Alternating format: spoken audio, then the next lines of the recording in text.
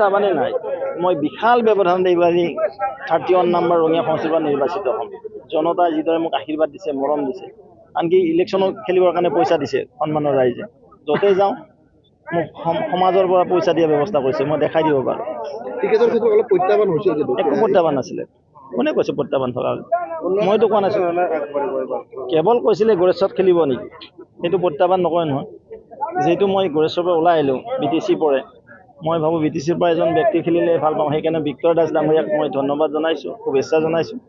আৰু মই আহ্বান জনাওঁ আপোনালোকৰ জৰিয়তে, যিহেতু আপোনালোক BTCৰে সাংবাদিক, গড়েশ্বৰত আমাৰ বিক্টৰ দাস যুৱ প্ৰজন্মৰ এজন ব্যক্তি, সমাজসেৱক, তেওঁ সকলোৱে আঁকোৱালি লওক। আৰু নিশ্চয় আমি যিদৰে সেৱা দিছিলোঁ বিক্টৰ দাসৰ সেইখিনি সেৱা দিব।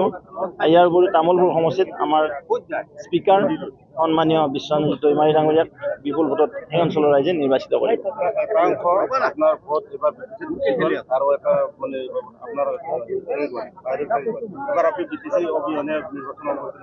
মই ক'লোৱে প্ৰথমে যে এইবাৰ আমাৰ প্লেন মানে আমাৰ 6 শিডিউল এৰিয়া বা অট'নমাছ এৰিয়া নাই।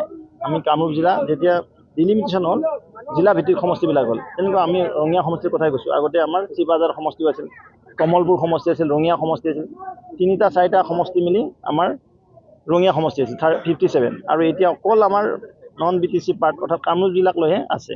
আগতে দৰং জিলা আছিল, কামৰূপ জিলা আছিলে, বাক্সা জিলা আছিল, পিছত তামোলপুৰ হ'ল।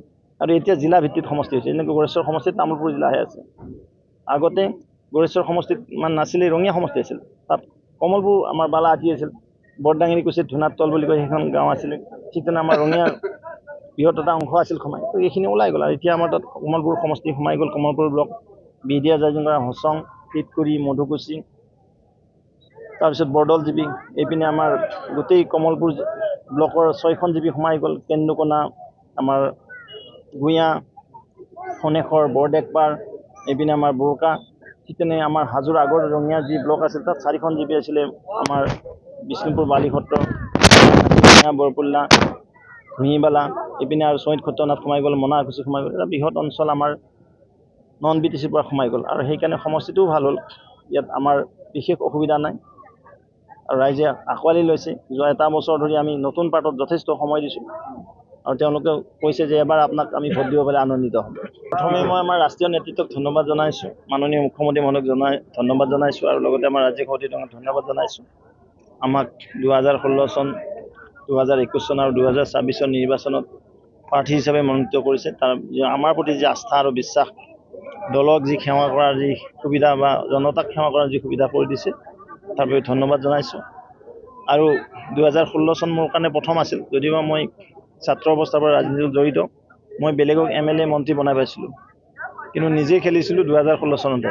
আৰু 2016 চনত আমাৰ পুৰণা ৰঙিয়া সমষ্টিৰ সন্মানৰ ৰাইজে যথেষ্ট মৰম আৰু আশীৰ্বাদ দিছিল।